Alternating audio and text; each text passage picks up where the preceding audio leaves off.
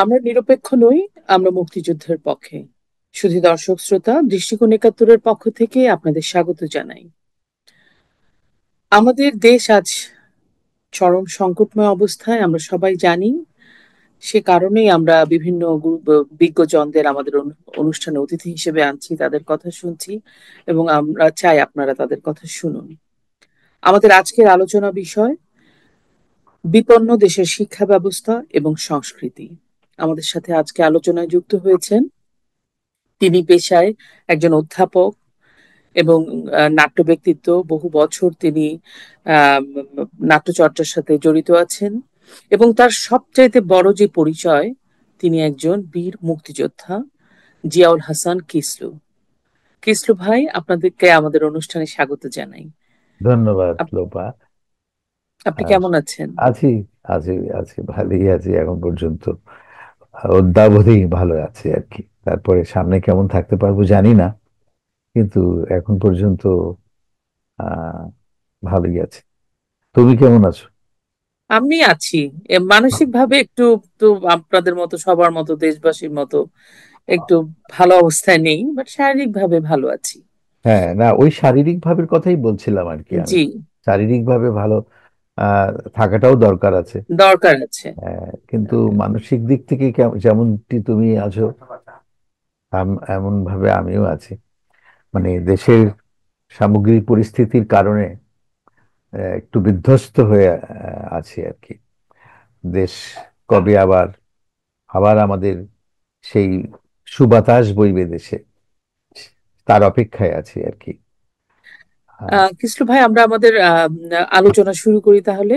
Please. যেহেতু আপনি একজন শিক্ষাবিদ এবং অ্যাট দ্য সেম টাইম আপনি একজন সংস্কৃতি কর্মী, তো আমি দুটো বিষয় নিয়ে কিছু কিছু আপনার কাছ থেকে জানতে চাইবো। প্রথমে আমি শিক্ষা নিয়ে একটু কথা বলতে চাই। আমরা যা সবাই দেখছি যে 5ই আগস্টের পরে শিক্ষা ব্যবস্থা একেবারে ভেঙে পড়েছে। সব মানে খুবই দুর্ভাগ্যজনক, লজ্জাজনক। অধ্যায় শিক্ষকদের জোর করে জুতার মালা পরিয়ে গায়ে হাত তুলে তাদেরকে পদত্যাগ করতে বাধ্য করা হয়েছে, গাছের সাথে বেঁধে রাখা হয়েছে। তো বাংলাদেশে এরকম একটা ঘটনা, তার উপর শিক্ষকদেরকে এ ধরনের অপদস্থ ছাত্ররা করছে। এই এইরকম একটা হঠাৎ করে যে এই যে একটা বৈরী ব্যাপার, একজন শিক্ষক হিসেবে আপনি কি এটা আগে উপলব্ধি করতে পেরেছিলেন যে এরকম হতে পারে, এরকম ভাবে আমাদের বা শিক্ষকদেরকে ছাত্ররা পরীক্ষা দিতে চাইছে না, পরীক্ষার হলে যেতে চাইছে না, অটো পাস করিয়ে দিতে হবে পুরা, এরকম তো আপনাদের শিক্ষা ব্যবস্থা ছিল না। তো একজন শিক্ষক হিসেবে এটাকে আপনি কখনো আঁচ করতে পেরেছিলেন যে আমাদের সমস্ত সোসাইটির একটা মনস্তত্ত্বটা এভাবে বদলে যাচ্ছে, বাচ্চারা এভাবে চেঞ্জ হয়ে যাচ্ছে? আপনার কি মনে হয়েছিল এরকম কেন হলো, হঠাৎ করে কেন মনে হয়? এটা আমাকে খুব ভাবায়। যে আমি আমি নিজেও কোনোদিনও ভাবিনি যে এরকম কোনোদিনও ছাত্রছাত্রীরা আমাদের সাথে এরকম ব্যবহার করতে পারে। তবে এমনিতে অনেকদিন ধরেই কিছু কিছু ছাত্রছাত্রীদের আচরণ আমরা লক্ষ্য করছিলাম যে এটা ওরা কেমন যেন শিক্ষকদের সাথে যে কোনো বিষয় নিয়ে বাকবিতণ্ডায় জড়িত হচ্ছে। আমি ক্লাসে অনেক সময় মুক্তিযুদ্ধের বিষয় নিয়ে আলোচনা করতে গেলে যে সকল ছাত্রছাত্রীরা আহ, একটু প্রতিক্রিয়াশীল মনোভাবের, তারা ক্লাসের মধ্যে কিন্তু বাকবিতণ্ডায় জড়াতো। তারা সবাই না, আমি অনেককে দেখেছি তারা খুব এরকম একটা কিছু আলামত শেষের দিকে এসে। আমি তো প্রায় 34টি বছর শিক্ষকতা করেছি। আমি এটি লক্ষ্য করে একটু অবাকই হতাম যে এরকম, বিশেষ করে যারা, আমি যখন শিক্ষকতা করতাম তখন তো শিবিরের ছেলেরা খুব পাওয়ারফুল ছিল না। ক্ষমতায় থাকতো আওয়ামী লীগ, ছাত্রলীগ, কিংবা কখনো কখনো বিএনপির ছাত্র দল, ছাত্র সংগঠন, যেটা ছাত্র ছাত্র দল, সংগঠন। ওদেরকে দেখেছি। তো সেই সময় ওরা যে খুব একটা তৎপর থেকে সুবিধা করতে পারতো তা না। কিন্তু দুঃখজনক হলো সত্য যে আমাদের শিক্ষকদের মধ্যেও কিছু কিছু শিক্ষক যারা ভেতরে ভেতরে মৌলবাদী সমর্থক, তারা তাদের আশ্রয়ে প্রশ্রয়ে কিছু ছাত্ররা মুক্তিযোদ্ধাদের কি অসম্মান করা বা যারা প্রগতিশীল চিন্তার চেতনার লোক, ছাত্র শিক্ষক, তাদের সাথে এক ধরনের বেয়াদবি করার এই ধরনের টেন্ডেন্সি শেষের দিকে এসে আমি একটু একটু করে দেখলাম তারা মাথাচাড়া দিয়ে উঠছে। এটা কিন্তু এই আওয়ামী লীগ আমলেও দেখেছি আমি, যখন আওয়ামী লীগের শেষ পর্যন্ত তো আওয়ামী লীগই ক্ষমতায় ছিল। আমি 2018 সালে অবসরে গেছি,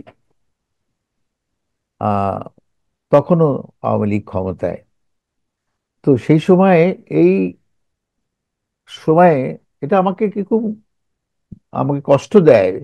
আমি খুব বিস্মিত হই যে আওয়ামী লীগের এত ঐতিহ্যবাহী একটি সংগঠন, এত পুরনো, তারা কি দেখতে পাচ্ছে না যে ভেতরে ভেতরে আমাদের ছাত্রছাত্রীদের মধ্যে কি অবক্ষয় ঘটছে? তারা মুক্তিযুদ্ধের বিরোধে পক্ষ হয়ে উঠছে, সাহস পাচ্ছে মাথাচাড়া দিয়ে কিছু বলার মুক্তিযুদ্ধের বিরুদ্ধে, এবং সর্বত্র ধর্মের দোহাই দিয়ে ছাত্রছাত্রীদেরকে তাদের দলে টানার যে প্রবণতা, দল ভারী করার, সেটিও তারা কোনো কোনো ক্ষেত্রে সাকসেসফুলও হয়েছে। অনেক ছাত্রছাত্রী কিন্তু ওদের সঙ্গে যুক্ত হয়েছে। এগুলো দেখে আমি খুব ভয় পেতাম যে ভবিষ্যৎটা কোন দিকে যাচ্ছে। আমাদের ছাত্রছাত্রীদেরকে আমরা ক্লাসে কিন্তু সবসময় প্রগতির কথা বলি, বলে আসছি, মুক্তিযুদ্ধের কথা বলি, মুক্তিযুদ্ধের চেতনার কথা বলি। আমি তো প্রত্যেকটি কলেজে, যাতে মুক্তিযুদ্ধ এই শব্দটি ভুলে না যায় ছাত্রছাত্রীরা, সেই জন্য প্রত্যেকটি আমি যতগুলো কলেজে আমার পোস্টিং হয়েছে বা যা হয়নি, যে সকল কলেজে আমার পোস্টিং ছিল না, সেই সকল কলেজে আমি গিয়ে গিয়ে প্রিন্সিপালদেরকে উদ্বুদ্ধ করে আমি প্রত্যেকটি কলেজে চেষ্টা করেছি। পারিনি সব কলেজে, কারণ সেখানে কোনো কোনো কলেজের প্রিন্সিপালরা এই প্রতিক্রিয়াশীল ছিল, তারা শিবির সমর্থক ছিল। সে সকল কলেজে পারিনি, কিন্তু যে সকল অধিকাংশ কলেজে আমি চেষ্টা করেছি মুক্তিযুদ্ধ কর্নার করার জন্য। এটা কিন্তু প্রথম আমি উদ্যোগ নিয়েছিলাম আমি যখন নায়েম বলে আমাদের একটি প্রতিষ্ঠান আছে, national academy for educational management, এটাকে আমরা সংক্ষেপে নায়েম বলি, জাতীয় শিক্ষা ব্যবস্থাপনা একাডেমি। ওখানে আমি আমার 2 বছর আমি ওখানে পরিচালকের দায়িত্ব পেয়েছিলাম।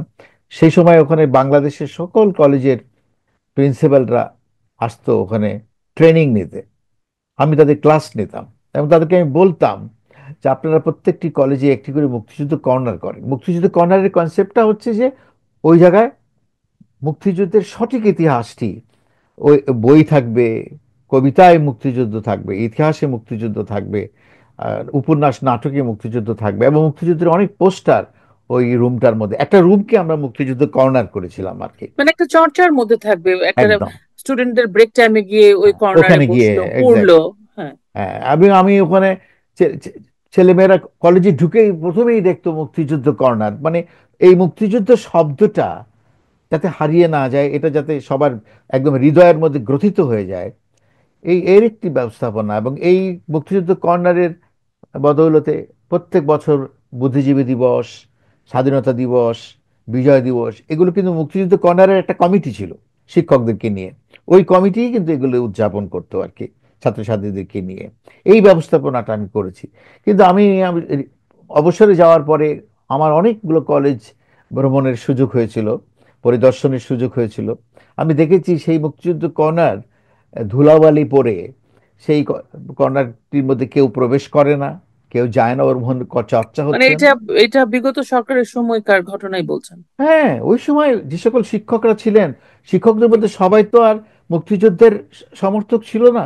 অনেকে ছিল। তো মুক্তিযুদ্ধকে ইদানিং তো শুনছে মুক্তি, এই যে সেদিন শিবিরের ছেলে বলল যে মুক্তিযুদ্ধ নাকি মুসলিমরা এখানে অংশগ্রহণ করে ভুল করেছে। এই কথাও এখন আমাদেরকে শুনতে হচ্ছে যে মাঝে শুনতে মাঝে হচ্ছে। এই যে মাটি দ্বিধা হও, ঢুকে যায় মাটির নিচে, এরকম মনে হচ্ছে। এই কথাও কোনোদিন শুনতে হবে যে মুক্তিযুদ্ধটা মুসলমানরা, আমরা কি মুসলমান ছিলাম না? আমরা অংশগ্রহণ করেছি, সব ধর্মের লোকরা আমরা একসঙ্গে যুদ্ধ করেছি। আমার সঙ্গে হিন্দু যুদ্ধ করেছে, বৌদ্ধ, বুদ্ধিস্ট ছিল, খ্রিস্টান ছিল, আমরা সবাই তো এই দেশটাকে একটা ধর্মনিরপেক্ষ একটি সেকুলার রাষ্ট্র কায়েম করার জন্য তো সেই যুদ্ধটা করেছি। এখন তারা বলে যে এই ধরনের কথা যখন শুনি, তখন মানে আমাদের আহ, আটপৌরে ভাষায় বলতে হয় গা জ্বালা করে আর কি, মানে সেই সেই সেই অবস্থা। তো সেই মুক্তিযুদ্ধ কর্নার গুলো আমার কাছে কেন জানি মনে হয়েছে এগুলো অনেকটা অকেজো হয়ে আছে। মানে এগুলোকে আহ, আওয়ামী লীগের আমলে এই মুক্তিযুদ্ধ কর্নার অনেক জায়গায় আবার সরকারিভাবে শেষ পর্যন্ত এটা বাধ্যতামূলক করা হয়েছিল যে একটা দুটো কলেজে, আমরা ব্যক্তিগত পর্যায়ে গিয়ে গিয়ে গিয়ে করছি এটা না, আমরা আমরা চেষ্টা করেছি মন্ত্রণালয় থেকে একটি সার্কুলার দিয়ে যে প্রত্যেকটি কলেজে, স্কুলেও, এমনকি মাদ্রাসায়ও, কিন্তু মাদ্রাসায় হয়তো করেনি সবাই, কিন্তু ওই স্কুল কলেজগুলোতে, আমি যেমন নারায়ণগঞ্জ তুলারাম কলেজে ছিলাম, সেখানে করেছি। নারায়ণগঞ্জে সরকারি মহিলা স্কুল ছিল, মহিলা বিদ্যালয়, মানে বালিকা বিদ্যালয়, ওটাতে করেছি। আমি নিজে গিয়ে আমার উদ্যোগে, আমি তো ওই স্কুলে টিচার না, কিন্তু আমি ওখানে গিয়ে এই ওখানকার যে হেড হেড টিচারকে ইনফ্লুয়েন্স করে আমি বলেছি এখানে একটা মুক্তিযুদ্ধ কর্নার করেন। এমনকি কোনো কোনো জায়গায় সেই পোস্টারগুলো আমি আমার নিজের পয়সা খরচ করে আমি সেই পোস্টার মুক্তিযুদ্ধ জাদুঘর থেকে, যে জাদুঘরটি একটি প্রাইভেটলি একটি জাদুঘর হয়েছে আগারগাঁও, সেই জাদুঘর থেকে 100টি পোস্টার কিনে আমি ওই সকল স্কুলে বিতরণ করেছি। এখানে একটা বিষয় কৃষ্ণ ভাই আপনার কাছে জানতে চাই, সেটা হচ্ছে যে সরকার থেকেও বাধ্যতামূলকভাবে বাধ্যতামূলক করা হয়েছিল। তাহলে কি মানে সব, এই যে টায়ারে যেসব বিভিন্ন জায়গায় ধরেন আপনি একজন উচ্চ পদস্থ কর্মকর্তা হিসেবে আপনি কাউকে কাউকে দিয়েছিলেন, বা আপনার সাবঅর্ডিনেট তারা কাউকে মানুষকে কর্মচারী নিয়োগ করেছিল।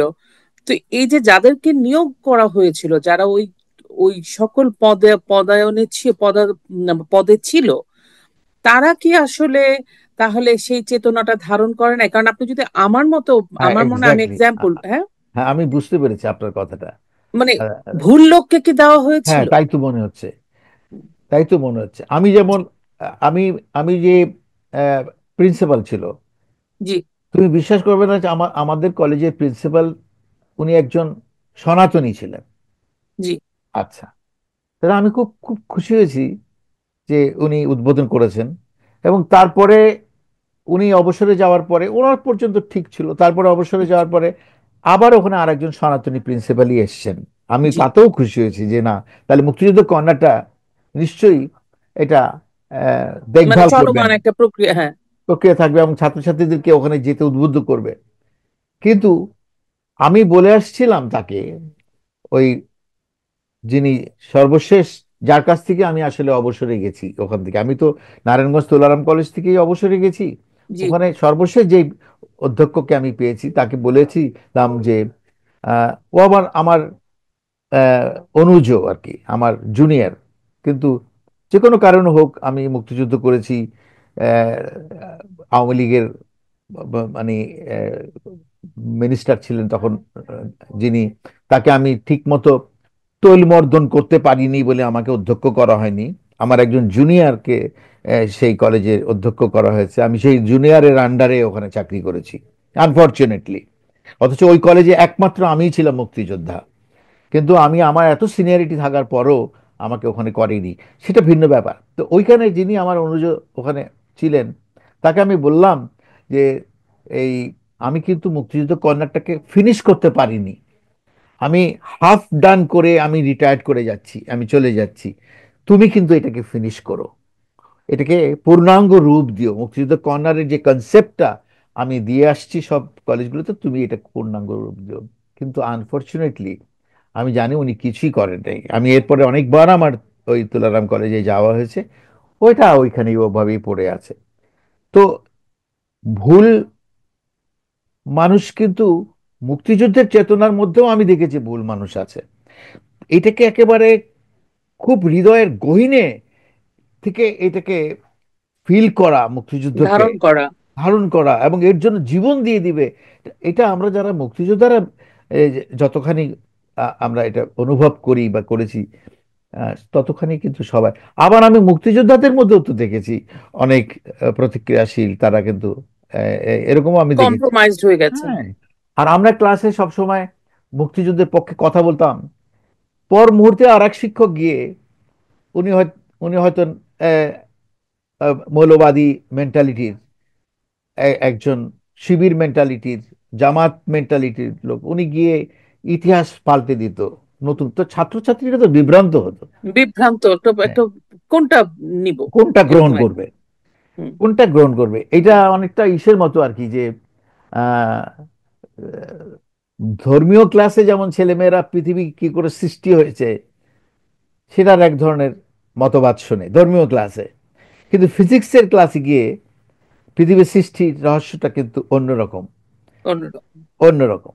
এখন ছাত্রছাত্রীরা বিভ্রান্ত, কোনটা সত্য, পৃথিবীর সৃষ্টি হয়েছে ধর্ম যা বলে সেভাবে সৃষ্টি হয়েছে, না বিজ্ঞান যা বলে সেভাবে সৃষ্টি হয়েছে, এই বিভ্রান্তির মধ্যে ছাত্রছাত্রীদেরকে আমরা যেমনটি ঠেলে দেই, ঠিক একইভাবে এই মুক্তিযুদ্ধকে নিয়ে আমরা যে যুদ্ধ করে, সরাসরি আমি মুক্তিযুদ্ধে গল্প করেছি, আমি কিভাবে যুদ্ধ করেছি, আমি কিভাবে আমার মাকে ফাঁকি দিয়ে, আমার বাবাকে ফাঁকি দিয়ে, পরিবারকে ফাঁকি দিয়ে কত কষ্ট করে আমি ভারতে গিয়ে আমি প্রশিক্ষণ নিয়েছি, সেই গল্প করি, এবং যাতে ছেলেমেয়েরা মানে থ্রিলিং অনুভব করে, যার তারা যেন বুঝতে পারে যে এটা একটা বিশাল একটা যজ্ঞ ছিল, এবং এটা কত মহান একটা কাজ ছিল দেশের জন্য, ফিলিংসটা বাড়ানোর জন্য আমি।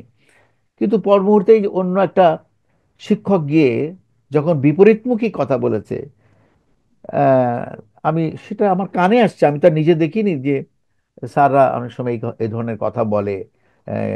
যুদ্ধটা ছিল ভারতীয় দের দাবিদারি করার জন্য, কিংবা আমরা এই যুদ্ধটা ভারত আমাদেরকে স্বাধীন করে দিয়েছে, আমরা আসলে স্বাধীনতার মধ্যে আমাদের কোনো মুক্তিযোদ্ধার তো অবদান নাই, এই কথা যখন বলে তখন আমাদের খারাপ লাগে।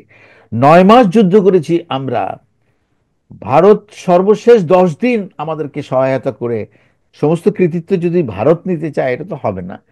এটা এটা তো ছাত্রছাত্রীদেরকে, এটা এটা যারা বোঝায় তারা আসলে ভারত বিরোধী, মানে তারা ভারতকে এখানে পচানোর জন্য, যে ভারত আমাদের দেশটাকে তখন স্বাধীন করেছে, তাদের অন্য কোনো স্বার্থ ছিল, এরকম ভুল ব্যাখ্যা দিয়ে দিয়ে আর কি আমাদেরকে, ওদেরকে ভারত বিরোধী করার জন্য ওরা। কিন্তু ভারত যে আহ আমাদেরকে সহায়তা করেছিল এ তো মিথ্যা না, এবং তাদের প্রচুর সৈনিক মারাও গেছে, এবং সেই জন্য ভারতের কাছে আমরা সবসময় আমাদের কৃতজ্ঞতা প্রকাশ করা উচিত।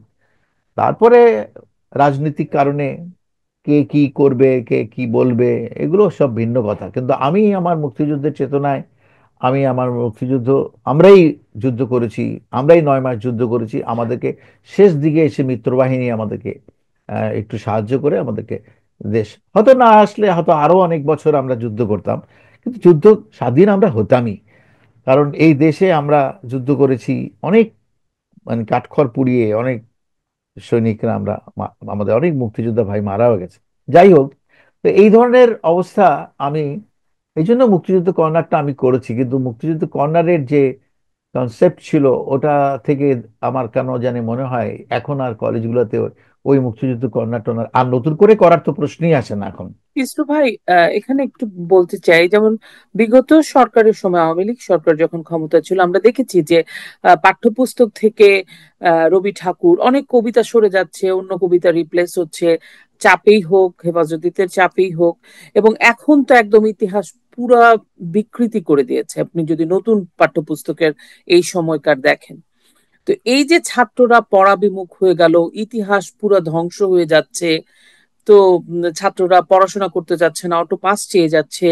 মানে আপনার কি মনে হয় যে ছাত্রদের এই যে আবার একটা শিক্ষামুখী করা, এই যে একটা সৃজনশীল সমাজ, এটা আসলে তরুণ প্রজন্মকেই তো করতে হবে, তো এটার আসলে প্রক্রিয়াটা কিভাবে হবে, আপনি আশাবাদী? মানে এটার চেঞ্জেসটা কিভাবে না আসবে? না, রাজনৈতিক পট পরিবর্তন না হলে তো হবে না, কারণ রাজনৈতিক যে ডামাডোল এখন চলছে, হুম। এইখানে তো ছাত্রদের এই অটো পাস করা বা ছাত্রদের এই যে কোনো দাবি নিয়ে যাওয়ার একটা একটা চরম সুযোগ সৃষ্টি হয়েছে। এই সুযোগটা তো বর্তমান সময়েই তাদেরকে হাতে তুলে দিয়েছে। তো এই সময়ে তারা এই কিন্তু যখন আমাদের এইরকম অবস্থা ছিল না আগের আমলে, তো সেখানে তো ছাত্রছাত্রীদেরকে সাথে একটা নেগোশিয়েট করার জন্য রাজনৈতিক ব্যক্তিরা ছিলেন, সংস্কৃতি কর্মীরা ছিলেন, শিক্ষকরা ছিলেন। তারা নেগোশিয়েট করতো ছাত্রছাত্রীদের সঙ্গে বসে ভালো মন্দ বুঝিয়ে এখন তো ছাত্রছাত্রীরা কাদের কথা শুনতে চাইছে চাইছে না। তোমরা একটা অবৈধ ভাবে একটা বসে আছো, এখন আমাদের যা আমাদের দাবি সব তোমাদের পূরণ করতে হবে, মানে ভাবখানা যেন এরকমই আর কি। তো এই জন্য ওরা কাউকে শুনতে চাচ্ছে না, কোনো কেউ যে ওদের সঙ্গে বসে একটা নেগোশিয়েট করবে যে এই ছাত্রছাত্রীরা তোমরা কেন এই অটো পাস চাচ্ছ, অটো বা তোমরা এইগুলো কেন নাম্বার বাড়িয়ে দিতে বলছো বা এই করতে এবং চাচ্ছ। শিক্ষকরাও, আমরা শুনতে পেয়েছি যে শিক্ষকরাও স্কুলে গিয়ে চুপ করে বসে থাকে, বাচ্চারা পড়াশোনা করে না, স্কুলের ভিতরেই আম, ধূমপান করছে টিচারদের সামনে। এটা তো একটা অকল্পনীয় ব্যাপার, আমরা তো এটা ভাবতেই পারি না। হুম। এই যে একটা অরাজক অবস্থা। এবং শিক্ষকরা সব আসলে স্তম্ভিত হয়ে গেছে যখন শিক্ষকদের গলায় জুতার মালা দেওয়া হয়েছে। এটা কি আমাদের আমলে আমরা আমাদের আমলে শুধু কেন, এই জাস্ট যে এই সময়টা পাস হয়ে গেল, এই আমলেও কি এটি কল্পনার বিষয় ছিল? অকল্পনীয়। তাহলে আমরা অনেক সময় ছাত্রছাত্রীদেরকে, আমার মনে আছে আমি আহ, একবার, আমি তখন কোটালীপাড়া সরকারি কলেজের তখন অধ্যক্ষ। কোটালীপাড়াটা তো হলো সমস্ত আহ, আওয়ামী ঘরানার ঘরানা, ওটা ওটা কিন্তু শেখ হাসিনার constituency. Sheikh Lutfar Rahman government college, ওনার দাদার নামে কলেজটি, সরকারি কলেজ। ওখানে আমি প্রিন্সিপাল ছিলাম। তো ওইখানে পরীক্ষার হলে নকল হচ্ছে, নকল হচ্ছে না, নকল ওদেরকে দেওয়ার জন্য কিছু ছাত্র নেতা ঢুকেছে ওদের ভোট ব্যাংক বাড়াবার জন্য আর কি, ওদেরকে সাহায্য করছে। ওদেরকে একটা স্পেশাল রুমে ওদেরকে বাধ্য করা হয়েছে ওখানে বসতে এবং তাদেরকে নকল। তো আমি দেখলাম যে এটা তো হতে পারে না। আমি ওই যে ছাত্র নেতাদেরকে ওখান থেকে ঘাড় ধরে বের করে দিয়েছি, একদম লিটারেলি, যে এটা কি পরীক্ষা হচ্ছে না কি হচ্ছে। এবং তারপরে ওরা আমার রুমে এসে ভাঙচুর করলো, আমার সমস্ত এই টেবিলের গ্লাস তালা দিয়ে ভেঙে চূর্ণ বিচূর্ণ করলো। শুধু পারলো না আমার গায়ে হাত তুলতে, যেহেতু আমি ওই ওদেরকে ঘাড় ধরে বের করে দিয়েছি যে তোমরা ছাত্রছাত্রীদেরকে নকল সাপ্লাই করছো এখানে, এটা কি পরীক্ষা হচ্ছে না কি হচ্ছে। তো এর প্রতিশোধ নেওয়ার জন্য আমার কাছে আসছে।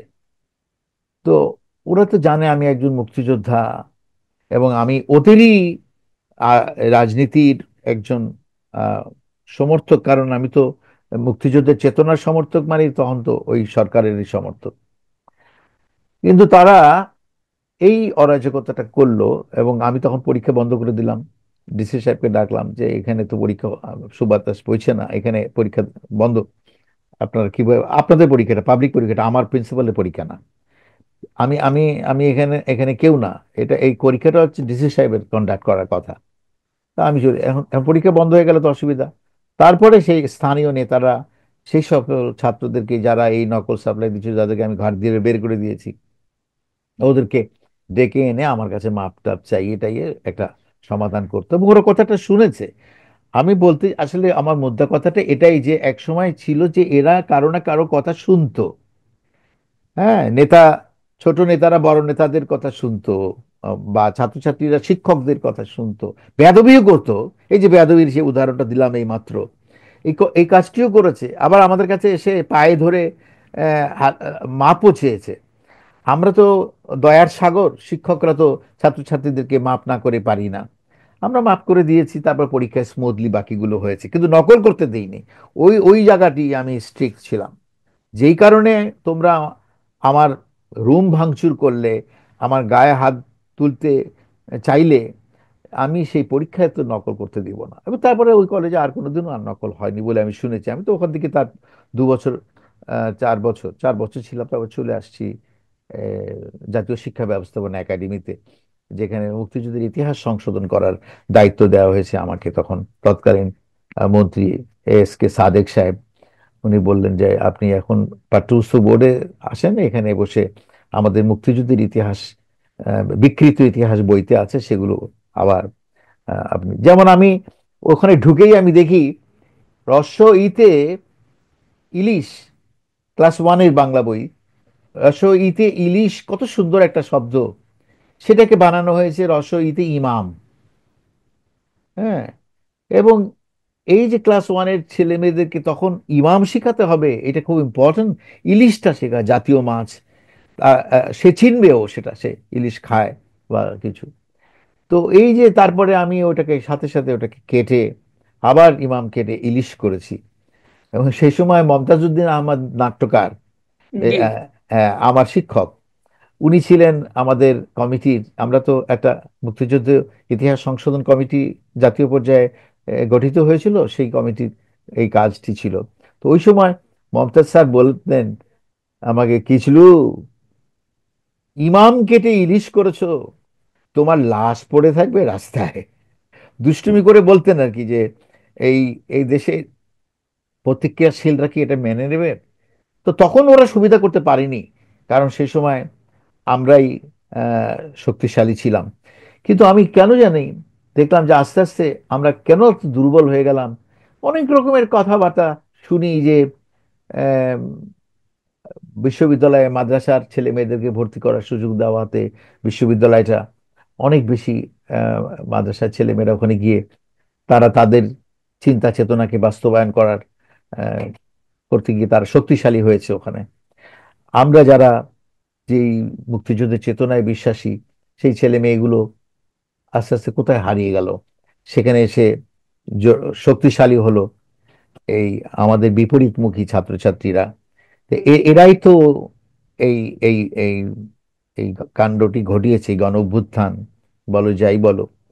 তো সেই জন্য এখন আবার একদিন আমি মনে করি, এই যে আওয়ামী লীগের যে সকল ভুলের কারণে, ছাত্রলীগের যে সকল অন্যায়ের কারণে আজকে আওয়ামী লীগের এই দুর্দশা, এবং আমরা যারা মুক্তিযুদ্ধে চেতনায় বিশ্বাসী, আমরা যারা মুক্তিযুদ্ধ করেছি, আমাদের কেউ তার মধ্যে আমরা যুক্ত হয়ে গেছি, অটোমেটিক্যালি আমাদের এখন রক্তক্ষরণ হচ্ছে।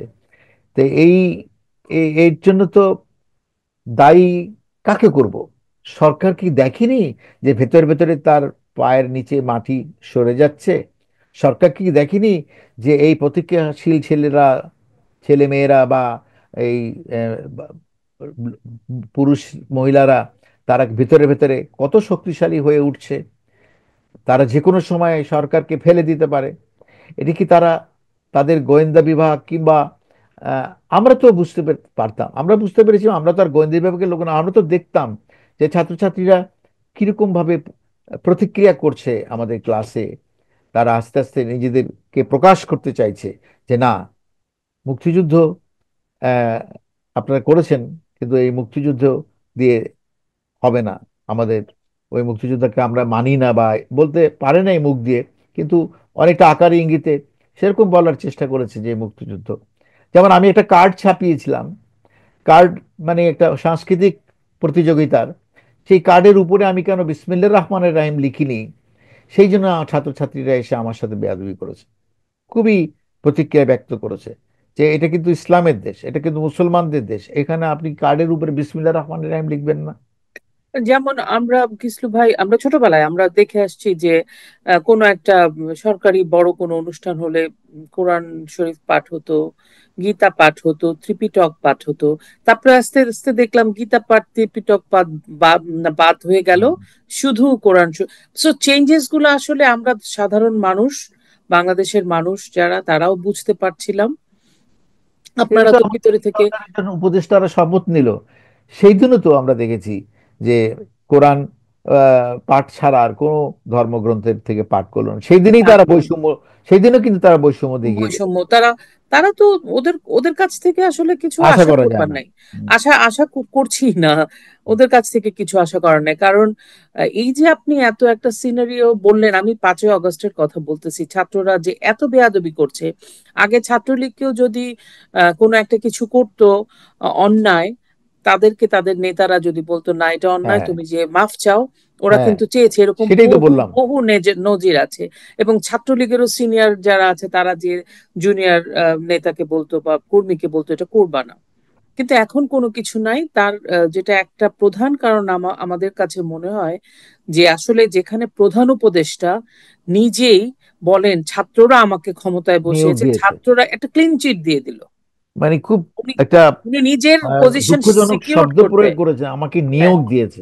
হ্যাঁ, নিজের পজিশন ওনার এতদিনের স্বপ্ন পূরণ করতে ওরা করেছে বলে they can do whatever they want, এই টাইপের একটা ছাড় তাদেরকে দিয়ে দেওয়া হলো। এটা তো বোঝা যায় আসলে। এবং ওদেরকে কিরকম স্বীকৃতি দেওয়া হলো যে ওরা এত বড় একজন ব্যক্তিকে ওরা নিয়োগ দিতে পারে, এই ক্ষুদ্র ছোট ছোট ছোট ছোট ছেলেরা, ওদের ওদের তার মানে ওদেরকে ইনডাইরেক্টলি বলা হলো তোমরা অনেক শক্তিশালী, অনেক তোমরা শক্তিশালী। যা ইচ্ছা তা করতে পারবে। এবং তাই তো ওরা প্রদর্শন করলো, মানে একটা দানবীয় একটা দানবীয় শক্তি, ছাত্রর একটা দানব বানিয়ে দিল আর কি। যেমন দানব আজকে বানিয়ে আমার দিল। মনটা ভীষণ খারাপ। আমাদের বইমেলা, আমাদের একটা ঐতিহ্যবাহী বইমেলা, যেটা আসলে পৃথিবীব্যাপী এটা সমাদৃত যারা বাঙালি, বাংলা ভাষাভাষীর, সেখানে একটা ডাস্টবিনের ছবি পুরা, যেখানে শেখ হাসিনার ছবি দিয়ে ওই ডাস্টবিনটা বানানো, এবং উপদেষ্টা, প্রধান উপদেষ্টার প্রেস সচিব ওটার মধ্যে ময়লা ফেলছে, এটা ভাইরাল হয়ে গেছে। এটা ভিডিও তো করেছে, জি, একটা ডাস্টবিন এটা রেখেছে ইন্টেনশনালি করেছে। ইন্টেনশনালি, ওখানে সে ময়লা ফেলছে ছবি সে দিয়ে দিয়েছে, মানে একটা, মানে ডাস্টবিনের মধ্যে মানুষের রুচির কতটা অবক্ষয় হতে পারে। আহ সকাল থেকে আসলে আমি খুবই না, এটা তো আপসেট। খুবই, আমি তো জানি না, আমি দেখিও নি, হ্যাঁ, আমি আপনাকে শুনলাম। পাঠাবো। হ্যাঁ, আমি এবার একটু আপনার শিক্ষা থেকে আমি একটু সংস্কৃতির জগতে যাই। আমরা জানি যে বাংলাদেশে আসলে একটা বাংলাদেশের ঐতিহ্য, কালচার, নাটক, পালাগান, যাত্রা, সমস্ত কিছু মিলিয়ে আমরা, এটাই আমরা বাংলাদেশ না, আমাদের পরিচয়, আত্মপরিচয়। এটা থেকে কিন্তু আমরা আস্তে আস্তে সরে আসছিলাম, এবং আপনি অনেক কারণ জানেন। এই যে আপনি তো থিয়েটার কর্মীও একজন, না?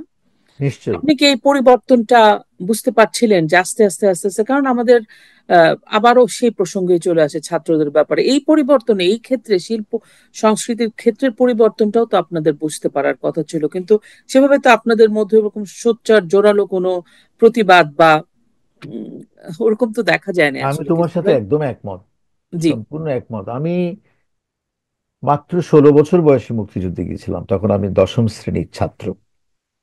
আমি মুক্তিযুদ্ধ থেকে এসে আমি ম্যাট্রিক পরীক্ষা দিলাম, ইন্টারমিডিয়েট পড়লাম। ইন্টারমিডিয়েট পড়ার সময় আমার সঙ্গে পরিচয় হলো অধ্যাপক মমতাজউদ্দিন স্যারের সাথে, জি, চট্টগ্রাম ওকে কলেজের আমি খুব শিক্ষক চিনতাম, স্যার। হ্যাঁ। হ্যাঁ, তো স্যার আমাকে একেবারে নিজের হাত ধরে, একদিন আমি বারান্দা দিয়ে হাঁটছি, উনি হঠাৎ আমার হাতটা ধরলেন।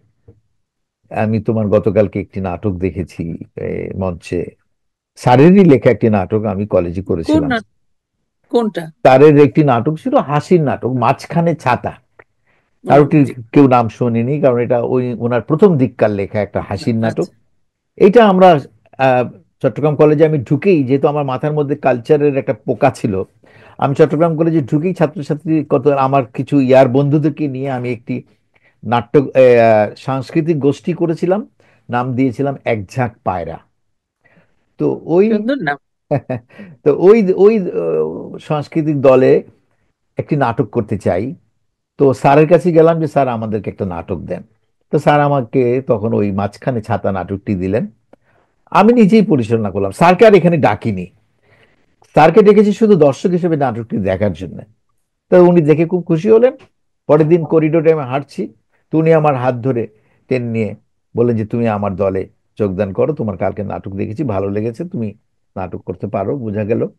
তো ওনার একটা দল ছিল থিয়েটার 73, ওটা 73 সালে সংগঠিত হয়েছে।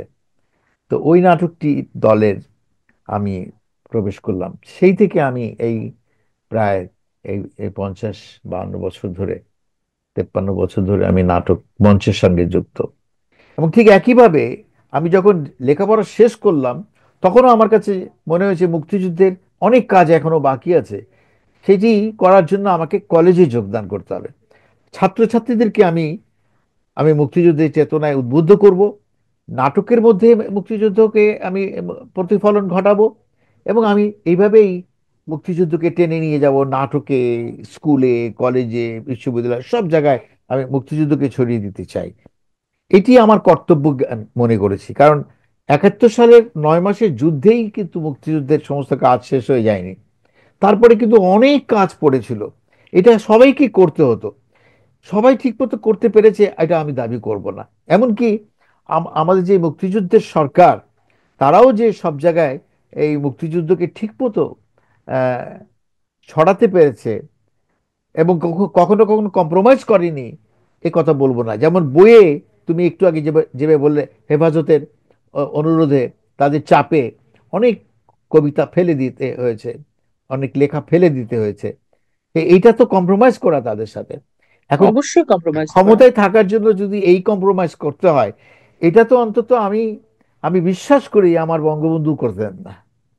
হ্যাঁ, জাতির পিতার ভিতরে এইটি উনি উনি যে সাহস করে বলেছেন তোমার সৈনিক ফিরিয়ে নিয়ে যাও, ইন্দিরা গান্ধীকে উনি বলেছিলেন।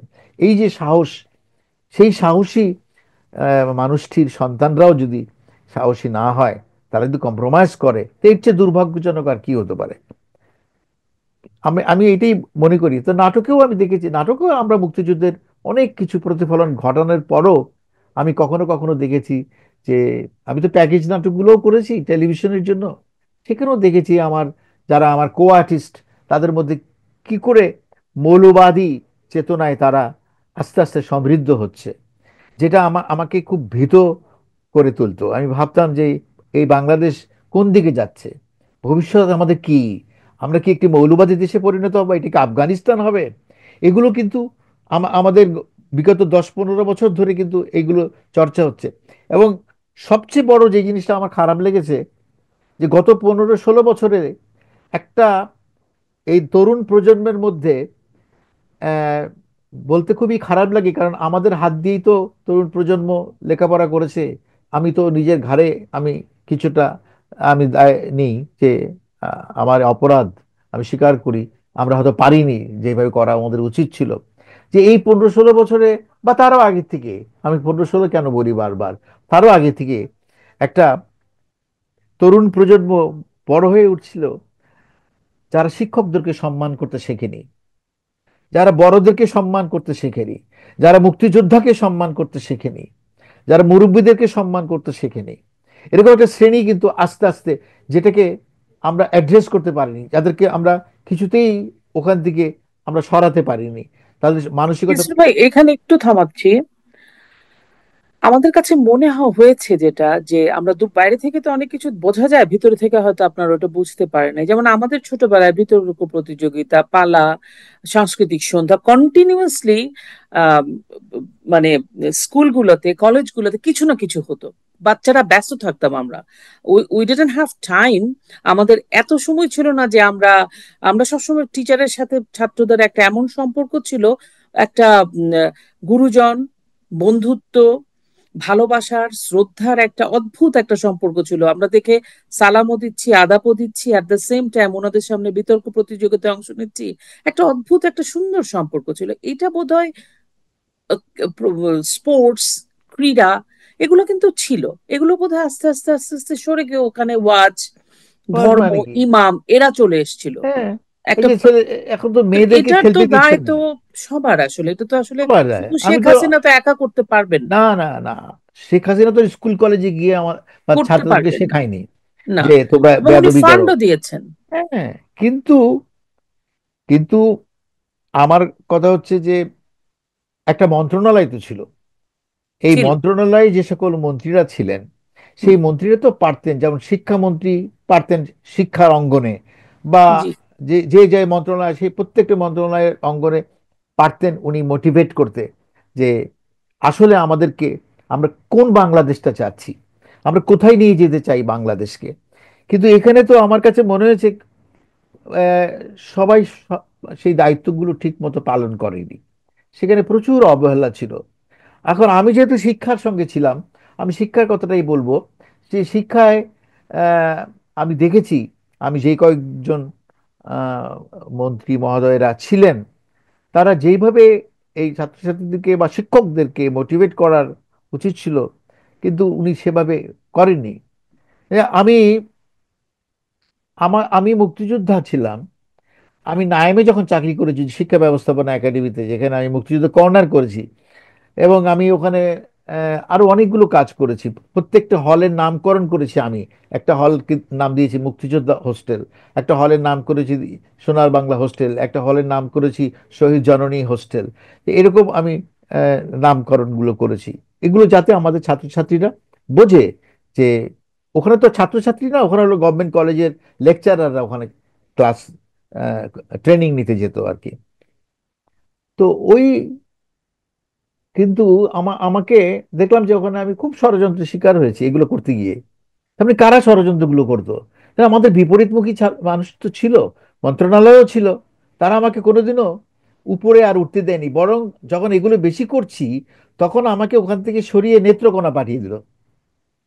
হ্যাঁ, আমাকে শাস্তি দিল, নেত্রকোনা পাঠিয়ে দিল আমাকে। তো আমি ওইখানে যে সকল বইতে মুক্তিযুদ্ধের ইতিহাস আহ, সংশোধন করার কাজ, ওগুলো আমি করেছি। যখন আমি দেখেছি ক্লাসে পড়ানো হয় মুক্তিযুদ্ধের এই, কি ঘোষক কি ঘোষক না, এগুলা নিয়ে অনেক বিতর্কিত কথাবার্তা, সেগুলোকে আমি সংশোধন করেছি। তো ওর পরেই আমাকে দেখলাম ওখান থেকে ট্রান্সফার করে দিল নেত্রকোনা। আহ, যাই হোক, তো এই যে মন্ত্রিত্ব বোঝা উচিত ছিল যেই ছেলেটি আমাদের চেতনার ভিতরে আছে, যে একজন নিজে মুক্তিযোদ্ধা, তো সেই মানুষটিকে আমি সরিয়ে কি মানে লাভালাভের মুখোমুখি করবো এই নায়েমকে, এইটু তো ওনার মাথায় উনি ঢোকে নাই। উনি ওনার আহ মাথায় উল্টাপাল্টা। ঢোকে নাই, অথবা আমি কাউকে সরাসরি কম্প্রোমাইজ এরকম বলতে চাই না, আমরা এটা আমাদের পলিসি না। কিন্তু আমার মনে হয় যে আসলে আম, আমাদের নিজের সদিচ্ছায় ঘাটতি ছিল, এবং আমরা মানে ইচ্ছা করে ঘুমিয়েছিলাম হয়তো কিছু কিছু জায়গায়। আমরা আসলে নিজের জায়গা সিকিউর করার জন্য আমরা আম, অনেক কিছু এড়িয়ে অনেক গেছি। সিদ্ধান্ত না আমাদের অনেক সময় বিগত প্রধানমন্ত্রীর অনেক জায়গায় প্রপার মানুষটাকে বসাতেও পারেনি। বসাতে পারেনি, যেমন ওইটাই। যেমন এই যে আমি মনে আমি বলি যে আমি যেই আমলে ছিলাম, যিনি শিক্ষামন্ত্রী ছিলেন, উনি শিক্ষার জন্য ঠিক কিছুই করতে পারেননি। ওনার করা উচিত ছিল। এই যেমন সংস্কৃতি মন্ত্রী আহ আসাদুজ্জামান নূর ভাই আমার গ্রুপের ছিল, আর নাগরিক নাট্য সম্প্রদায়। আমি বলতে দ্বিধা করি না, নূর ভাইয়ের কাছে ক্ষমা চেয়েই বলছি, নূর ভাই আপনার কাছ থেকে আমরা এত কম কাজ আশা করিনি সংস্কৃতি অঙ্গনে। সংস্কৃতি অঙ্গনটাকে অনেক দূর নিয়ে যেতে পারতেন আপনি। আপনার হয়তো সেই মনটাও ছিল, কিন্তু আপনি কেন করেননি আপনি জানেন। আপনি যে করেননি এটা তো সত্য। আমরা যে আপনার কাছ থেকে কিছুই পাইলাম না, এটা তো সত্য। তো আমরা এটা সেই জন্য, সত্য। এটা সত্য। নূর এই ভাইয়ের জন্য আমরা বিষয়ে দুঃখের কথা অনেক কথা আছে যেটা আসাদুজ্জামান নূরের কাছ থেকে আশা এটা করি আশা নাই করা আমরা। যায়। তো ঠিক শেখ হাসিনা তো আসাদুজ্জামান নূরকেই দিয়েছিলেন হ্যাঁ, মনে করে যে ভালো করবে। ভালো করবে। এটা তো সম্ভব না যে এই প্রতিটা জন্য তো মানুষের বললাম, ভিতরে ঢুকে তাকে চেঞ্জ সেই করা। জন্য বললাম যে প্রধানমন্ত্রী তো অনেক কিছু করেছেন, কিন্তু উনি তো আর গিয়ে গিয়ে একেবারে ডোর টু ডোর গিয়ে কাজ করতে, উনি যা যেই সকল মন্ত্রণালয়ে লোকদেরকে বসিয়েছেন তাদের গাফিলতি, তাদের ব্যর্থতা কারণেই কিন্তু আজকে এই অবস্থা। এবং এবং আমরা জানি যে গোয়েন্দা বিভাগ তো একটা ব্যর্থতা আছেই, তারাও খবর দিতে পারেনি কোনোদিনও যে এই তলে তলে এত কিছু হয়ে যাচ্ছে এই দেশে। তরুণ সমাজ, আমি যে কথা বলছিলাম যে একটা অত্যন্ত আহ সংঘাতময় তরুণ সমাজ গড়ে উঠছিল ভেতরে ভেতরে, একটা আত্মঘাতী তরুণ সমাজ গড়ে উঠেছিল ভেতরে ভেতরে। এবং তারা রক্ত দিয়ে হলেও তারা এই এই মানে মুক্তিযুদ্ধের চেতনাকে নষ্ট করে দেওয়ার জন্য একেবারে তারা এক পায়ে খাড়া। যে কারণে বঙ্গবন্ধুর সমস্ত মূর্তিগুলো ভাঙলো। এইটা তো চেতনারই প্রতীক ছিল, সেগুলোকে ভাঙলো। তারপরে বঙ্গবন্ধুর যে 32 নম্বরের বাড়িটা পুড়িয়ে দিল, এ তো সবই আমাদের মুক্তিযুদ্ধের প্রতীক। হ্যাঁ, ওইখান থেকে মুক্তিযুদ্ধের ঘোষণা হয়েছিল, ওইখানে বঙ্গবন্ধুকে ওখান থেকে অ্যারেস্ট করে নিয়ে যায়। এগুলোকে আঘাত করা মানে কি? মুক্তিযুদ্ধের চেতনার উপরে আঘাত করা। তো এই চেতনার বিপরীতমুখী ছাত্রছাত্রী যে আমাদের স্কুল কলেজ বিশ্ববিদ্যালয়গুলোতে গড়ে উঠছে ক্রমাগত, এই ব্যর্থতা কি সেই সময়কার মন্ত্রীরা ঘাড়ে নেবেন না? যারা এই শিক্ষার দায়িত্বে ছিলেন, তারা কি কোনোদিন অধ্যক্ষদেরকে নিয়ে বসছেন যে আপনাদের কলেজে এগুলো করেন, কি হচ্ছে, কেন এখানে সাংস্কৃতিক প্রতিযোগিতা হয় না, কেন এখানে ম্যাগাজিন প্রকাশ করা হয় না, কেন ওখানে স্পোর্টস করা হয় না, কেন হয় না এগুলো, কেন ওখানে নাটক হয় না? আমি এনসিটিভিতে যখন চাকরি করতাম পাঠ্যপুস্তক বোর্ডে, তখন দুটো নাটকের বই আমরা প্রকাশ করেছিলাম ইন্টারমিডিয়েটে করার জন্য, ইন্টারমিডিয়েটে সিলেবাসে অন্তর্ভুক্ত করার জন্য। অন্তর্ভুক্তির জন্য। নাট্যপত্র, নাট্যপত্র এক, এটা ইন্টারমিডিয়েট ফার্স্ট ইয়ারে পড়বে। নাট্যপত্র দুই, ইন্টারমিডিয়েট সেকেন্ড ইয়ারে পড়বে। এই দুটো বই মমতাজ স্যারদেরকে নিয়ে এই বইগুলো ছাপানো হয়েছিল, যে কলেজগুলোতে একটা একটা নাটকের একটা বিভাগ চালু হবে, যাতে করে এই যে জাহাঙ্গীরনগর বিশ্ববিদ্যালয়, ঢাকা বিশ্ববিদ্যালয় যে সকল নাট্যকলা বিভাগের ছেলেমেয়েরা ওইখানে যোগদান করবে, তাদের জন্য কতগুলো পোস্ট ক্রিয়েট হয়ে যাবে। তাহলে পোস্ট ক্রিয়েট হলে বই লাগবে, ছাত্রছাত্রীরা বই পড়বে কেন ইন্টারমিডিয়েটে, এটা এটা অপশনাল সাবজেক্ট হিসেবে রাখার জন্য নাট্যপত্র বইগুলো লেখা হয়েছিল, আমার নিজের হাত দিয়ে সেগুলো আমি আহ, ছেপেছি। তো এখন তারপর কিন্তু কি হলো? কোনো জায়গায় কোনো নাট্যকলার বিভাগ চালু করা হয়নি। এটা আমি সাদেক সাহেবের আমলে চেষ্টা করেছি, পারিনি। নুরুল ইসলাম নাহিদ সাহেবের সময় চেষ্টা করেছি, পারিনি। তারপরে তো আমি রিটায়ার্ড করলাম, এরপরে আসছে দীপুমণি, কেউ করেনি এই নাট্যকলা বিভাগটি চালু। নাট্যকলা বিভাগটা চালু করলে ওখানে কতগুলো পোস্ট ক্রিয়েট হতো, এবং ওখানে আমাদের নাটকের ছেলেমেয়েরা যারা বিশ্ববিদ্যালয় থেকে বেরোয়, তারা ওই সকল পোস্টে ওরা যোগদান করে, ওরা কলেজগুলোতে একটা নাটক চর্চা পড়াতো, থাকতো। একটা চর্চা থাকতো। একটা চর্চা থাকতো, যেটা যেটা আমরা ইন্ডিয়া বা পৃথিবীর বিভিন্ন জায়গায় দেখি। ওদের কিন্তু একটা একদম নামি দামি নাট্যকলা বা বিভিন্ন বড় বড় মানে আর্ট থিয়েটারের স্কুল আছে, এবং সেখান থেকে পাশ করে অনেক তারাই কাজ করছে। তো হ্যাঁ, এটা পৃথিবী ব্যাপী এমনকি আমাদের আমি দেশে। আমি বলবো কি, মানে সবাই যে নাটকের অঙ্গনেও যে কেউ দায়িত্ব পালন করেন তার একটা উদাহরণ দিচ্ছি। আমি এই দুটি বই নিয়ে দিয়ে আসলাম রামেন্দ্র মজুমদারের হাতে, সারা জাকেরের কাছেও আমি এটার খবর দিলাম যে এরকম দুটো বই রচনা হয়েছে, আপনারা যদি একটু মন্ত্রীর কাছে গিয়ে বলেন, নাটকের মানুষ, নাটকের তো আপনারা সিনিয়র এবং নাটকের আপনার দিকপাল, আপনাদের কথা শুনবে, কে বলেন যে প্রত্যেকটা কলেজে অন্তত প্রাথমিকভাবে 5টা কলেজে করুক, ডিপার্টমেন্ট চালু করুক। তারপর আস্তে আস্তে বাংলাদেশের সব সরকারি কলেজগুলোতে যদি একটা করে নাট্যকলা বিভাগ চালু করে, যেটা এখন বিশ্ববিদ্যালয়ে আছে শুধুমাত্র, কলেজগুলোতে যদি করে, তাহলে আমার এই দুটো বইও, এই যে এনসিটিভি দুটো বই বের করেছি আমরা, এই বই দুটোও চলতে পারতো। কিন্তু বই দুটো শেষ পর্যন্ত গোডাউনে পোকায় কেটে খেয়ে ফেলেছে। তো এই যে রামদুদা স্যার জাকেদের সবাইকে আমরা বিভিন্ন সময় আমি উদ্বুদ্ধ করার চেষ্টা করেছি যে আপনারা একটু মন্ত্রীর কাছে যান, গিয়ে একটু অনুরোধ করেন ডিপার্টমেন্ট স্যার, বলে আমাদেরকে বই দুইটা দাও, আমরা বই দুইটা নিয়ে যাব। আমি বইগুলো নিজের হাতে গিয়ে পৌঁছে দিয়ে আসছি রামদুদার কাছে। জীবনে কোনোদিন ওনারা যান নাই মন্ত্রীর কাছে।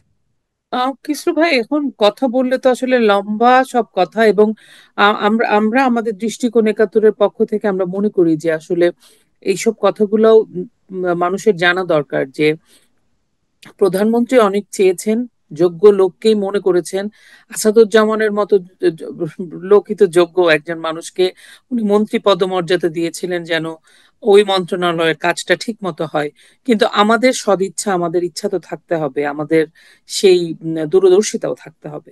আমি অদূরদর্শী পীযূষ দাকে উনি দিয়েছেন আসাদুজ্জামানুরকে একদমই বলতে চাই না। এফডিসি তে। হ্যাঁ, হ্যাঁ, হ্যাঁ, জি। পীযূষ দাকে দিলেন এফডিসি তে, এফডিসি তে। তো আমাদের আমি প্রধানমন্ত্রী তো দিয়েছেন, কিন্তু দিয়েছিলেন। উনি তো ওটাও ব্যর্থ হয়েছেন ওখানে। হ্যাঁ। তো এখন এগুলো নিয়ে কথা বললে অনেক কথা বলা হবে, আমরা আবারও বসবো কথা বলতে। আমাদের অনুষ্ঠানের শেষ পর্যায়ে চলে এসেছি। আমি একটা প্রশ্ন আপনার কাছে করতে চাই। আওয়ামী লীগকে কিন্তু সবাই বলে মিলে মানে এই এখানকার গত 10 বছর বা 8 বছর যাবত যেই একটা অপবাদ দেওয়া হয় যে ফেসিস্ট, ফেসিস্ট হাসিনা, হ্যাঁ। ফেসিজমের সে প্রবক্তা বাংলাদেশ, এটা বলে। ফ্যাসিজমের তো একটা সংজ্ঞা আছে না?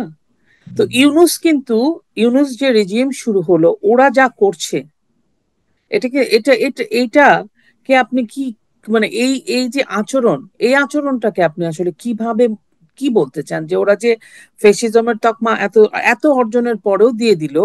তাহলে এই যে ইউনুস প্যারিসে যে মিথ্যা কথা বলে আসছেন, আহ, সুইজারল্যান্ডের ডোভাসে যে বলে আসছেন যে আমাদের জিডিপি মিথ্যা, উনি একটা টাকাও কোনো অনুদান বা হেল্প আনতে পারেন নাই।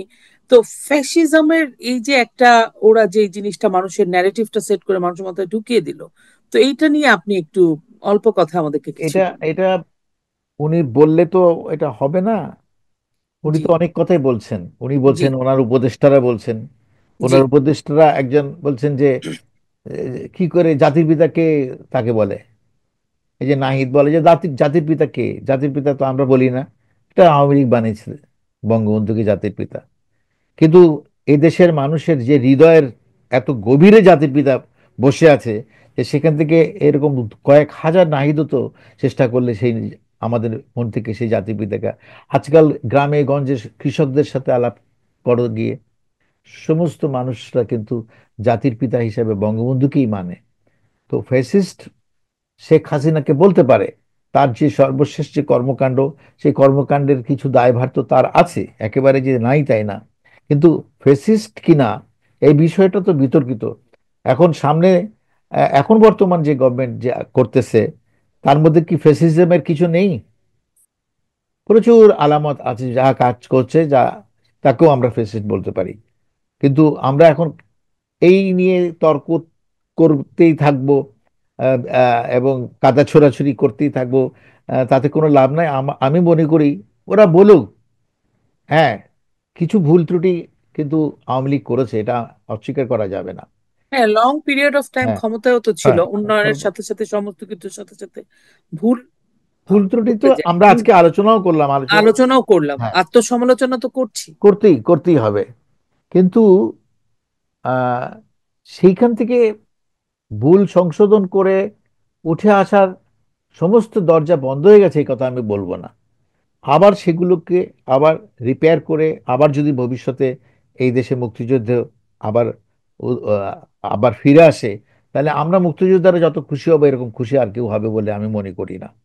এখন এই সাময়িক একটা সময় যাচ্ছে, যে সময় এরা বঙ্গবন্ধুকে ভুলিয়ে দিতে চাচ্ছে, মুক্তিযুদ্ধকে ভুলিয়ে দিতে চাচ্ছে, এবং শিবিরের উত্থান হচ্ছে, যারা দেশের বিরোধিতা করেছিল, যারা এই দেশ চায় না, তারা তো সব সময় চায় যে এই আমরা যে পরাজিত হয়েছিলাম 71 সালে, তার একটা প্রতিশোধ আমরা নেব। সেই সুযোগটা তাদের করে দিয়েছে, কিন্তু এই বিগত সরকার সুযোগ করে দিয়েছে, আমি বলবো না তারা এই মানে সুযোগটা করে দিয়েছে, মানে ওটাই আর কি, যে জানতে পারে নাই যে এরকম একটা মাথাচাড়া ভেতরে ভেতরে হচ্ছে, সেটাই কিন্তু সুযোগের সদ্ব্যবহার করেছে এই এরা, এ, স্বাধীনতা বিরোধীরা। এখন সেই স্বাধীনতা বিরোধীরা যা বলবে সেটাই আমাদের মাথা পেতে নিব চিরকাল। এই বাংলাদেশ তো আমরা গড়িনি। এই বাংলাদেশে এখনো বহু মানুষ আছে যারা বাংলাদেশের সেই আগের যে রূপ, মুক্তিযুদ্ধের যে স্বাধীনতার মধ্য দিয়ে আমরা 71 সালে পেয়েছিলাম, যে বাংলাদেশ, যে বাংলাদেশকে অনেক দূর নিয়ে যাওয়াও হয়েছিল, যে উন্নয়নগুলো হয়েছে সেটা তো অস্বীকার করা যাবে না। এই যে মেট্রো রেল, এই যে ফ্লাইওভার গুলো, এই যে এক্সপ্রেস রোড গুলো করা হয়েছে, টানেল টানেল অনেক কিছু শেখ হাসিনার আমলে হয়েছে, বলে শেষ করা যাবে না। কিন্তু এই এই যে উন্নয়নগুলোকে উনি ঘরে টানতে পারেননি। ওনার তার আগেই কিছু তার ঘটনা পরিক্রমা তাকে সব কিছু জিরো করে দিয়েছে বা দিতে চেষ্টা করেছে। এটা তো খুবই দুঃখজনক। এটা যে কোন জায়গায় ভুলটা হয়েছে, কোন জায়গায় যে এই বিগত সরকার এত উন্নয়ন করেও, যে উন্নয়ন বলে শেষ করা যাবে না, এত কিছু করেও সেই তার ফসলটা ঘরে নিতে পারলেন না, তার আগে তাকে চলে যেতে হলো। তো এটা তো তাদের চুলচেরা বিশ্লেষণ করতে হবে। বিশ্লেষণ করে আমাদের সেই যে বাংলাদেশ আমরা 71 সালে আমরা এত কষ্ট করে যুদ্ধ করে যেই বাংলাদেশকে আমরা তৈরি করেছিলাম তিলে তিলে, সেই বাংলাদেশ আজকে হারিয়ে গেছে। আমি আজকে দাবি করি সেই বাংলাদেশকে আমার ফিরিয়ে দাও। কার কাছে দাবি করব? নিশ্চয়ই ইউনূসের কাছে না, নিশ্চয়ই এই বর্তমান সরকারের কাছে না। আমি এই দাবি করব যাদের জন্য আজকে এই বেহাল অবস্থা হয়েছে। তোমরা আবার সংশোধিত হয়ে, আবার তোমাদের ভুল ত্রুটিগুলো স্বীকার করে, আবার তোমরা নতুন উদ্যমে আবার কিছু এই আমাদেরকে সাথে নিয়ে আবার আসো, আমরা সেই বাংলাদেশটাকে গড়ে তুলি, যেই বাংলাদেশটা ছিল 1971 সালে আমাদের জন্য কাঙ্ক্ষিত, যে বাংলাদেশটা ছিল বঙ্গবন্ধুর বাংলাদেশ। এই যে আজকে ধর্মনিরপেক্ষতাকে বাদ দিতে চাচ্ছে সংবিধান থেকে, আজকে আবার মৌলবাদী যে চাড়া দিবে, এই বাংলাদেশ তো আমরা চাইনি। আমরা সবাই, আমার মা নামাজ পড়তেন, কিন্তু আমার মা তো আমাকে মুক্তিযুদ্ধে যেতে দিয়েছেন, কারণ এই দেশকে স্বাধীন করার জন্য তো তার সন্তানের অবদান রাখার সুযোগ যেহেতু আছে, উনি দিয়েছেন। তো সুতরাং ধর্মের সাথে তো এই দেশের স্বাধীনতার, এই দেশের এই মুক্ত বুদ্ধির, মুক্ত চিন্তার, চেতনার কোনো পার্থক্যই নেই, মানে বিরোধ নেই। তো আমরা সেই বাংলাদেশকে ফিরিয়ে আনতে চাই, সেই বাংলাদেশটা ফেরত চাই। যাদের জন্য আজকে এই বাংলাদেশ বেহাত হয়েছে, আমি সেই বাংলাদেশকে আমি আবার ফেরত চাই। কিভাবে তোমরা দেবে, কিভাবে আবার আমাদের কাছে তুলে দিবে, সেটা নিয়ে তোমরা চিন্তা করো। যে প্রয়োজনে আমাদেরকে ডাকলে আমরা সেই নিশ্চয়ই আমাদের পরামর্শ দেব। কিন্তু সেই বাংলাদেশ যে হারিয়ে গেছে, এতে কোনো সন্দেহ নাই, সেই বাংলাদেশটিকে আমরা ফেরত আনার জন্য যা করার, এখন আমার তো বৃদ্ধ হয়ে গেছি, আমি তো এখন আর মুক্তিযুদ্ধ করতে পারবো না। কিন্তু আমার যে তরুণ প্রজন্মের মধ্যে যারা এখনো মুক্তিযুদ্ধের চেতনা, যারা আমরা কলেজ বিশ্ববিদ্যালয়ে শিক্ষকতা করতে গিয়ে যাদের ভেতরে আমরা সেটি ঢুকিয়েছিলাম সেই মুক্তিযুদ্ধকে, তারা কিন্তু এখনো লালন করে, একটা শ্রেণী আছে কিন্তু এখনো। সবাই যে হারিয়ে গেছে, সব যে জিরো হয়ে গেছে তা কিন্তু না। তারা হয়তো ভয়ে এখনো কিছু বলতে পারছে না, কিন্তু তারা একসময় নিশ্চয়ই তারা আবার নিজেকে প্রকাশ করবে, তাদের মনের কথা, এই আমি যেটা চাইছি সেটি নিশ্চয়ই তারা প্রকাশ করার জন্য আবার মাঠে নামবে। এবং তারা দেশটাকে আবার সেই বাংলাদেশ, যে বাংলাদেশ পুরোপুরি আমরা তৈরি করতে পারিনি, তার আগেই বাংলাদেশকে এরকমভাবে পরাজিত করা হলো। তো সেই বাংলা, আমরা তো এখন পরাজিতর মতো হয়েছি অবস্থা। সুতরাং আমরা আবার সেই এখন 7ই মার্চের ভাষণও বল নাকি বাদ দিবে, অথচ 7ই মার্চের ভাষণ ছিল আমাদের একটা উদ্বুদ্ধ হওয়ার একটা প্রথম যে ভাষণ, যেটি দিয়ে আমরা যার যা আছে তাই নিয়ে শত্রু মোকাবেলা করতে হবে। এবং এটা শুনেই কিন্তু আমরা যুদ্ধে গেছি। আমি তো আমি মাঝে মাঝে চিন্তা করি যে আমি এত ছোট বয়সে কি করে গেলাম মুক্তিযুদ্ধে। কারণ আমার কাছে মনে হচ্ছে যে এই এই দেশটা হচ্ছে মা। কারণ আমি ছোটবেলা থেকে কবিতায়, গল্পে, উপন্যাসে পড়তে পড়তে একটা জিনিস আমার ভেতরে বদ্ধমূল হয়েছে, যে বাংলাদেশটা হচ্ছে মা। এই মাকে যখন আক্রান্ত হয়েছে মা 71-এ, তখন মাকে এখন স্বাধীন করতে হবে। এখন আমার মা আমাকে যেতে দিল কি বাবা বাধা দিল, এগুলো আমি তোয়াক্কা করি না, আমাকে দেশ স্বাধীন করার জন্য যেতেই হবে, মরলে মরলাম। এইরকম করে যে যারা দেশটা স্বাধীন করেছে, তারা সেই স্বাধীনতা আবার যদি ভুলুণ্ঠিত হয়, আবার যদি সেটা হারিয়ে যায়, আবার যদি মাকে পরাজিত করা হয়, সেই মাকে আবার ফিরিয়ে আনার জন্যে, এই মা মানে দেশমাতৃকার মা, আবার ফিরিয়ে আনার জন্যে আমাদের যার যেখানে যতটুকু করণীয় আছে সেটা করতে হবে, এর কোনো বিকল্প নেই, এটা আমি বিশ্বাস করি। আহ কিসলু ভাই, আপনার সাথে কথা বলে অনেক ভালো লাগলো। আমরা নিশ্চয়ই আবারও অন্য কোনো বিষয় নিয়ে কথা বলবো, বা আপনার বিষয় নিয়ে কথা বলবো। আশা করছি খুব দ্রুতই অবস্থার পরিবর্তন হবে। আপনি ভালো থাকবেন। আপনার সুস্থতা কামনা করি, এবং আমি আশা করি, আমরা দৃষ্টিকোণ একাত্তরের পক্ষ থেকে আমরা সবাই আশা করি যে অচিরেই আপনাদের যারা মুক্তিযুদ্ধে গিয়েছিলেন, আপনারা আবারও একটা সুন্দর আপনাদের স্বপ্নের, আমাদের স্বপ্নের বাংলাদেশকে ফিরে পাবো। আপনি ভালো নিশ্চয়ই। থাকবেন। তোমরাও ভালো থেকো। যারা আমাকে আজকে এই অনুষ্ঠানে ডেকেছেন, সকলের প্রতি আমার কৃতজ্ঞতা। আমি মনের কথা কিছুটা বলে হালকা হলাম। হয়তো সব বলতে পারিনি, কিন্তু যা বলেছি তো তাতেও আমি একটু হালকা বোধ করছি। কারণ আমার বুকের মধ্যে অনেক, মানে কুয়াশার মতো বেদনা চাপা হয়ে আছে, যে কবে আবার সেই দেশে আবার আমি বিজয় দিবসের অনুষ্ঠানে দাঁড়িয়ে বক্তৃতা করব, আমার মনের সম্পূর্ণ কথা আমি উগলে দিতে পারবো। সেই পরিবেশটা কিন্তু এখন নেই। ফেব্রুয়ারি মাস আসছে, আমি এমন কোনো ফেব্রুয়ারি মাস ছিল না যে ফেব্রুয়ারি মাসে আমি কোনো না কোনো স্কুল কলেজে আমি গিয়ে কিছু বলেছি ভাষার উপরে, ভাষা বিষয়ে, 52-র ভাষা আন্দোলনের কথা। এখন তো তারা আমাকে ডাকবেও না, কারণ তারা এখন মুক্তিযোদ্ধাদেরকে কোথাও আর প্রত্যাশা করে না। তো সেই নিশ্চয়ই সেই দিন একদিন আসবে, দোয়া করো। আমি সবার জন্য দোয়া প্রার্থী, সবার কাছে দোয়া প্রার্থী, তোমাদের কাছেও দোয়া প্রার্থী। তোমরা ভালো থেকো।